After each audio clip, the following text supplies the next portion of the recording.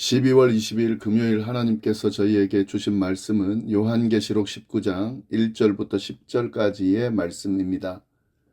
2일 후에 내가 들으니 하늘에 허다한 무리의 큰 음성 같은 것이 있어 이르되 할렐루야, 구원과 영광과 능력이 우리 하나님께 있도다. 그의 심판은 참되고 의로운지라.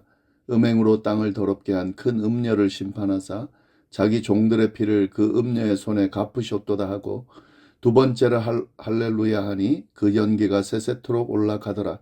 또 24장로와 내 생물이 엎드려 보좌에 앉으신 하나님께 경배하여 이르되 아멘 할렐루야 하니, 보좌에서 음성이 나서 이르시되 하나님의 종들 곧 그를 경외하는 너희들아, 작은 자나 큰 자나 다 우리 하나님께 찬송하라 하더라.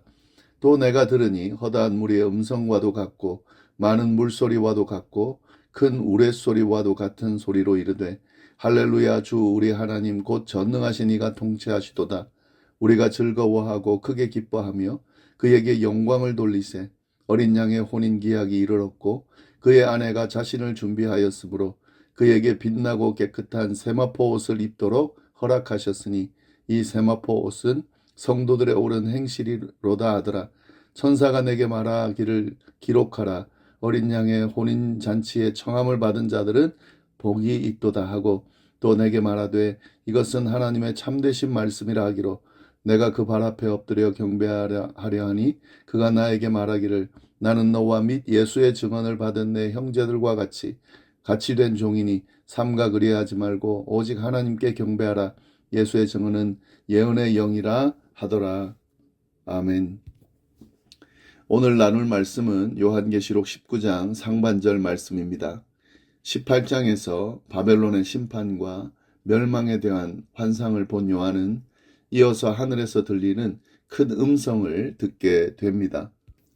그 큰 음성은 다름 아닌 하나님을 찬양하는 합창의 소리였습니다. 어떤 내용인지 한번 보겠습니다. 1절입니다. 2일 후에 내가 들으니 하늘에 허다한 무리의 큰 음성 같은 것이 있어 이르되 할렐루야, 구원과 영광과 능력이 우리 하나님께 있도다. 2일 후에는 바벨론 심판과 멸망의 환상을 본 후를 말하는 거죠. 요한은 하늘에서 나는 많은 무리들의 큰 함성 같은 것을 들었다는 겁니다. 그 큰 음성의 내용이 1절 하반절과 2절에 나오는 내용입니다. 다시 보시면 할렐루야, 구원과 영광과 능력이 우리 하나님께 있도다. 그의 심판은 참되고 의로운지라.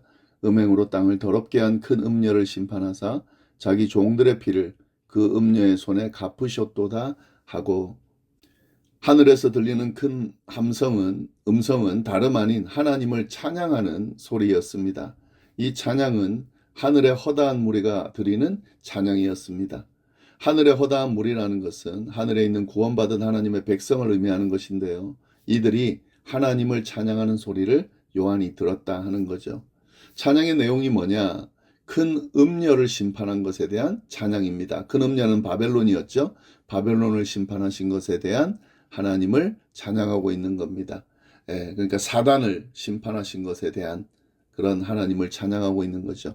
이런 심판이 참되고 의롭다는 거죠. 그리고 이러한 심판은 자신의 종들이 흘린 피의 억울함을 갚아주는 그런 정당한 심판이라는 거죠. 그래서 그에 대해서 하나님을 찬양하고 있는 겁니다. 3절 보시면 두 번째로 할렐루야 하니 그 연기가 세세토록 올라가더라. 할렐루야를 두 번째 외치니까 그 연기, 즉 큰 음녀를 사르는 연기가 영원토록 올라가더라 하는 거죠. 영원한 고통을 그들은, 그 음녀는 받을 것이다 라고 하는 그런 의미의 내용입니다.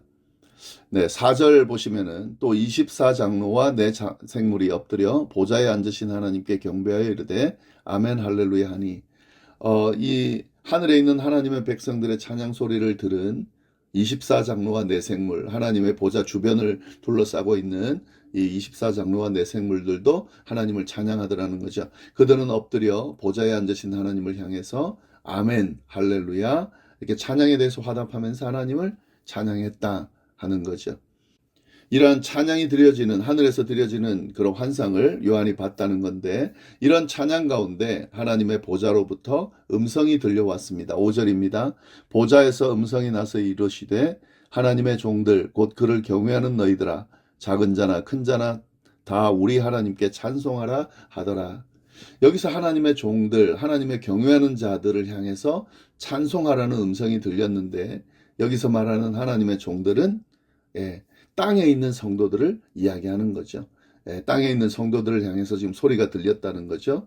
하나님을 경외하는 자들은 하나님을 찬송하라 라고 지금 그 음성이 들렸다는 거죠. 작은 자든지 큰 자든지 땅에 있는 모든 성도들은 하나님을 찬양하라 하는 명령이 하늘로부터 들리더라 하는 거죠.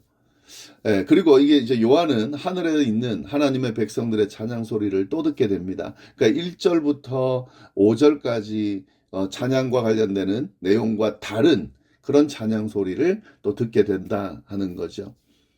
이 6절부터 드려지는 이 찬양을 보면 같은 찬양이지만 주제가 다릅니다. 1절부터 5절까지의 찬양은 어떤 내용의 찬양이었습니까? 큰 음녀에 대한 심판에 대한 찬양이었습니다. 그러나 6절부터 나오는 찬양은 다른 주제의 찬양입니다. 한번 보시면은 6절, 7절을 보시면은요. 또 내가 들으니 허다한 무리의 음성과 같고 많은 물소리와 같고 큰 우레소리와도 같은 소리로 이르되 할렐루야 주 우리 하나님 곧 전능하신 이가 통치하시도다. 우리가 즐거워하고 크게 기뻐하며 그에게 영광을 돌리세. 어린 양의 혼인 기약이 이르렀고 그의 아내가 자신을 준비하였다. 이 찬양은 어린 양 혼인잔치에 대한 찬양입니다. 어린 양의 결혼식이 이르렀고 그 신부가 혼인 준비를 갖췄기 때문에 그에 대해서 찬양드리고 있는 거죠. 여기서 어린 양은 그리스도를 의미하는 거죠. 신부는 구원받은 백성들의 모임인 교회를 의미하는 겁니다.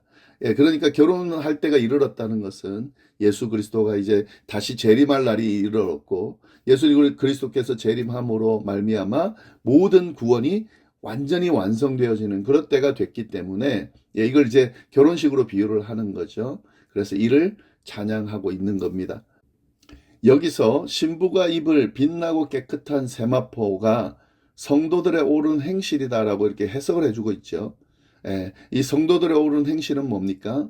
바벨론의 박해에도 불구하고 짐승들에게 굴하지 않고 믿음을 지킨 그 믿음의 행위를 이야기하는 겁니다. 그 믿음의 행위를 인정받고 예수님의 신부가 됨으로써 완전한 구원이 이루어진다라고 하는 묘사가 지금 이 표현 안에 들어가 있는 거죠. 이러한 구원이 완성되어지는 그런 혼인식이 이루어질 것이다 라고 하는 사실에 대해서 찬양하고 있는 거죠. 여기서 우리는 첫 번째 찬양의 내용과 두 번째 찬양의 내용 안에서 두 여인이 비교되고 있음을 우리가 볼 수가 있습니다. 큰 음녀와 어린 양의 신부에 대한 그 내용이 있죠. 큰 음녀도 세마포를 입었다고 묘사되어 있고 어린 양의 신부도 세마포를 입었다고 되어 있는데 같은 세마포를 입은 여인이지만 완전히 다른 의미를 가지고 있다는 것을 우리가 볼 수가 있습니다. 큰 음녀가 입은 세마포는 사치와 타락의 상징인 세마포를 입고 있는 거죠. 그러나 어린 양의 신부가 입은 세마포는 충성과 순결을 의미하는 세마포를 입고 있는 겁니다. 그러니까 완전히 다른 의미를 갖고 있는 거죠. 그리고 이들의 운명도 완전히 다르게 나타납니다. 예수님께서 재림하실 때 마지막 심판이 임할 때에 큰 음녀는 어떻게 됐습니까? 됩니까? 영원한 멸망에 처해질 거라는 거죠. 그러나 어린 양의 신부는 그리스도와 혼인식을 올리면서 영원한 구원을 경험하게 되는 이런 완전히 다른 결과가 나타나게 된다는 거죠. 우리는 항상 이것을 염두에 둬야 됩니다. 예수님의 재림 때에 심판이 임할 때에 마지막 심판이 임할 때에 이런 똑같은 사람이지만 그러나 그들이 어떤 선택을 했느냐에 따라 완전히 다른 결과가 나타난다는 것을 우리가 늘 기억해야 됩니다. 예수 그리스도를 믿고 구주로 영접한 사람들에게는 완전한 구원, 혼인식에 참여하는 완전한 구원이 이루어질 것이고 그렇지 않은 자들에게는 완전한 멸망이 주어질 것이라고 하는 사실을 우리가 늘 기억하면서 우리의 믿음을 잘 지켜가야 하겠습니다. 9절 말씀 보시면 천사가 내게 말하기를 기록하라 어린 양의 혼인잔치에 청함을 받은 자들은 복이 있도다 하고 또 내게 말하되 이것은 하나님의 참되신 말씀이라 하기로 한 천사가 요한에게 나타나서 자신의 말을 기록하라라고 그렇게 명령했다는 거죠. 그 기록해야 될 내용은 뭡니까? 어린 양의 혼인잔치에 초청을 받은 자들은 복이 있다. 그리고 이것은 하나님의 참되신 말씀이다. 이걸 기록하라고 명령했다는 거죠. 이 재림 때 일어나는 이 구원의 완성, 그리고 그 은혜는 하나님의 약속이다라고 하는 것을 분명하게 드러내는 거죠. 그래서 반드시 일어날 거라는 거죠.